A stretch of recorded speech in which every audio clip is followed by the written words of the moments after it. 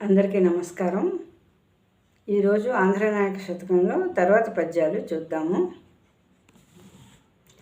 అంచితాఖండ దీపారాధనల చేత దీపించునెప్పుడు దేవళంబు అగరు సాంబ్రాణి ధూపార్పణంబుల చేత భవనంబదెప్పుడు పరిమళించు అతి నృత్య గీత వాద్యస్వనంబుల చేత ఎప్పుడు కోవెల యసకమెసగు అఖిలోపచార సమర్పణంబుల చేత మరయునెప్పుడు తిరుమేను కళల ఇప్పుడు కించుక లోభిత్వమెనసినట్లు తోచుచున్నాడవిట్టి అద్భుతము గలదే చిత్ర చిత్ర ప్రభావ దాక్షిణ్య భావ హత విమత జీవ శ్రీకాకుళాంధ్రదేవా.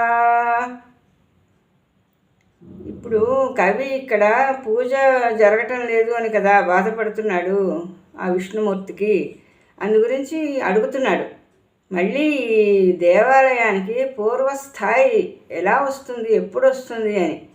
అందుకు అంచిత అఖండ దీపారాధనల చేత దీపించునెప్పుడు దేవళంబు. దేవళంబు అంటే దేవాలయం. నీ దేవాలయం మళ్ళీ అఖండ దీపారాధనలతో ఎప్పుడు వెలిగిపోతుంది స్వామి అని అడుగుతున్నాడు. అఖండ దీపారాధన అంటే అలాగా పూజలు జరుగుతూ ఉంటే దీపం వెలుగుతూ ఉంటుంది కదా స్వామి ముందు, అది అఖండ దీపం. ఆ దీపారాధనలు ఎప్పుడు మళ్ళీ నీ గుడిలో జరుగుతాయి. అగరు సాంబ్రాణి ధూపార్పణంబుల చేత భవనంబదెప్పుడు పరిమళించు. ఈ దేవాలయం మళ్ళీ అగరవత్తులు సాంబ్రాణి వెలిగించటం వలన సువాసనల్ని నలువైపులా వ్యాపింపజేయడం ఎప్పుడు జరుగుతుంది? పూజలు జరుగుతూ ఉంటేనే కదా అవన్నీ అవుతాయి. దీపాలు వెలగడం కానీ ధూపాలు వెలిగించడం కానీ. తర్వాత అతి నృత్య గీత వాద్యస్వనంబుల చేత నెప్పుడు కోవెల ఎసక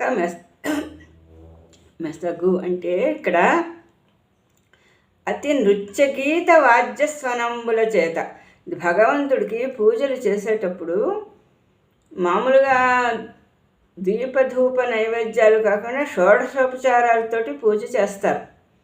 ఆ తర్వాత రాజోపచారాలు కూడా చేస్తారు. ఛత్రం వీజయామి, చామరం వీజయామి, నృత్యం దర్శయామి, గానం శ్రావ్యామి అంటూ అన్ని రకాలైనటువంటి ఉపచారాలు చేస్తారు.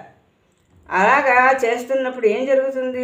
దేవాలయంలో నృత్యాలు జరుగుతూ ఉంటాయి, గానాలు వినిపిస్తూ ఉంటాయి. అందుకే ఇక్కడ అడుగుతున్నాడు, నృత్యాలు, గీతాలు, వాద్యాలు అంటే రకరకాలైనటువంటి వాద్యాలు కూడా మ్రోయిస్తారు, మంగళ వాయిద్యాలు.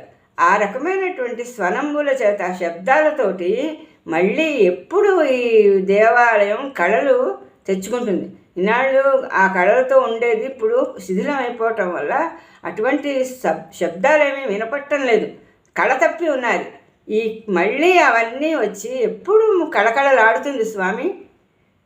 ఇప్పుడు కించుక లోభిత్వ మెనసినట్లు తోచుచున్నాడవు ఇట్టి అద్భుతము కలదే.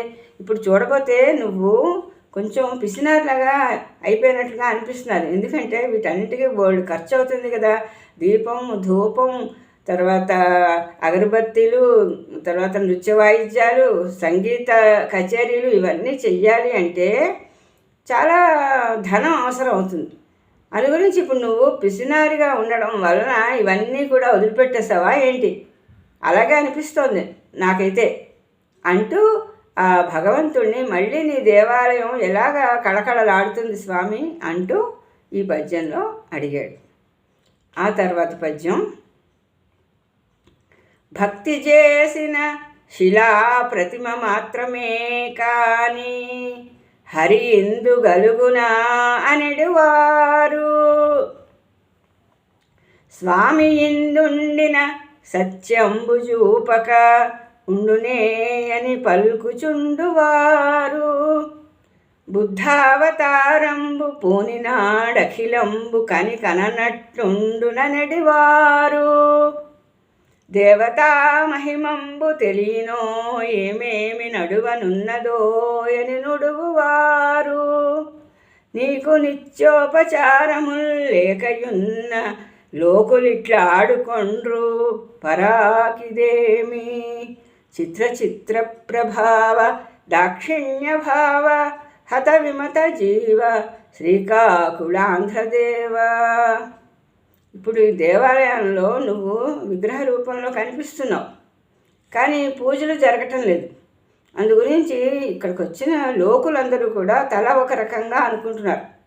కొంతమంది ఏమనుకుంటున్నారు, ఇక్కడ విష్ణుమూర్తి ప్రతిమ ఉన్నది, ఆ ప్రతిమను ఎవడో ఒక శిల్పి భక్తితోటి చెక్కి ఉంటాడు, అంతేగాని హరి ఇందు కలుగునా, ఇందులో జంగ విష్ణుమూర్తి ఉన్నాడా ఈ దేవాలయంలో, ఊరికనే ప్రతిమ ఎవడో చెక్కాడు అంతే అని కొంతమంది అనుకుంటున్నారు.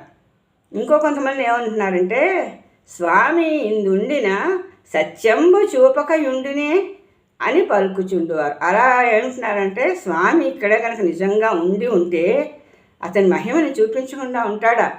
ఇది ఉత్తి శిలా విగ్రహమే, స్వామి ఇందులో లేడు, ఉంటే మహిమలు చూపించేవాడే కదా అని కొంతమంది అంటున్నారు. బుద్ధావతారంబు పోనినాడు అఖిలంబు కని కననట్లుండు ననడివారు. ఈ స్వామి బుద్ధావతారంలాగా ఉన్నాడు, ఈ లోకాన్ని చూస్తున్నాడో చూడలేదో కూడా తెలియట్లేదు. ఎవరైనా ఈ లోకంలో లీనం అవ్వకుండా, అంటే లోకంలో ఉండేటటువంటి పనులేమీ చేయకుండా ఊరికనే అలాగా పట్టించుకోకుండా ఉంటే వాడిని బుద్ధావతారంలో ఉన్నాడంటారు. అంటే లోకాన్ని ఏమీ పట్టించుకొని వాడిని. అందు గురించి ఇక్కడ స్వామిని కూడా వాళ్ళందరూ చూసిన వాళ్ళు యువతి బుద్ధావతారంలాగా ఉన్నాడు, ఏమీ పట్టించుకోవట్లేదు స్వామి అని కొంతమంది అనుకుంటున్నారు. దేవతా మహిమంబు తెలియనో ఏమేమి నడువనున్నదో అని నుడువారు. ఇంకా కొంతమంది ఆశపడుతున్నారు, ఒకవేళ నిజంగానే ఇక్కడ భగవంతుడు ఉన్నాడేమో ఈ విగ్రహం రూపంలో, ఏ మహిమలు జరుగుతాయో రాబోయే కాలంలో, కనిపిస్తాడేమో భగవంతుడు, మహిమల్ని చూపిస్తాడేమో అని ఆశపడుతున్న వాళ్ళు కొంతమంది అంటున్నారు. ఈ విధంగా అక్కడికి వచ్చిన వాళ్ళందరూ కూడా తల ఒక మాట అంటున్నారు. ఎందుకంటున్నారు ఇలాగా అంటే, నీకు నిత్యోపచారములు లేకయున్నా, నీకు ఉపచారాలు జరగటం లేదు, నిత్యం జరగవలసినవి. ఉదయం లేచిన దగ్గర నుండి రాత్రి పవళింపు సేవ చేసే వరకు ఎన్నో ఉపచారాలు జరుగుతూ ఉండాలి ఆ దేవాలయంలో, అటువంటివి ఏవి జరగటం లేదు. మేలుకొలుపు దగ్గర నుంచి పవళింపు సేవ వరకు అలాగా అర్చకులు వచ్చి అన్ని రకాలైన ఉపచారాలు చెయ్యాలి దేవాలయంలో. మరి అవేమీ కనపట్లేదు కదా ఇక్కడ, అందుగురించే లోకాలంతా కూడా ఈ విధంగా నీ గురించి అనుకుంటోంది, అంతేగాని వేరే విషయం కాదు. అలాంటప్పుడు నువ్వు ఎందుకు ఇలా నిర్లక్ష్యం వహించావు? నిర్లక్ష్యంగా ఊరుకోవడం బట్టే కదా లోకంలో ఉండేటట్టు మనుషులందరూ ఈ విధంగా నీ గురించి అనుకుంటున్నారు. అంచేత పరాకొద్దు, నిర్లక్ష్యం చెయ్యొద్దు, నీ పూజలు నిన్ను చక్కగా నిర్విఘ్నంగా జరిపించుకో అంటూ ఈ పద్యంలో కవి ఆ భగవంతుణ్ణి అడుగుతున్నాడనమాట. లోకంలో ఇటువంటి అపవాదులు వద్దు నీకు అని చెప్తున్నాడు. ఈ రోజుకి ముగిస్తాను, మళ్ళీ రేపు కలుసుకుందాం. అంతవరకు సెలవు, నమస్తే.